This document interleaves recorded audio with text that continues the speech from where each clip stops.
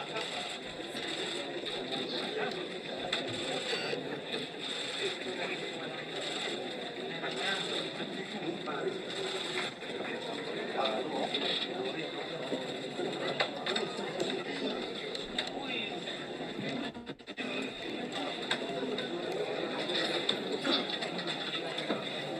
69th session of the Senate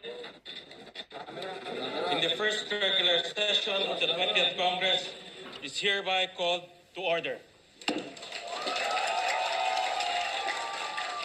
Let us pause for a minute of silent prayer.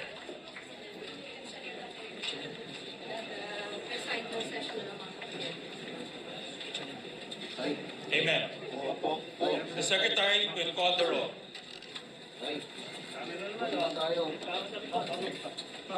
Let it be put on record that the Secretary refused to call the roll. Let the Deputy Secretary for Legislation to call the roll.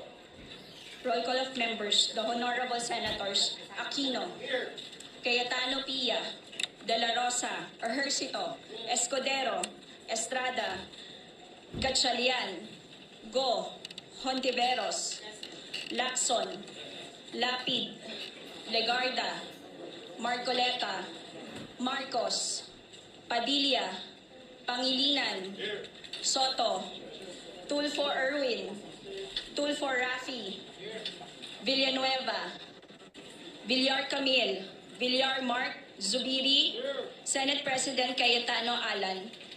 With 12 senators present, the chair declares a quorum.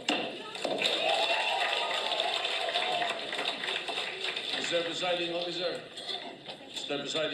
I move to declare all elected positions in the Senate vacant.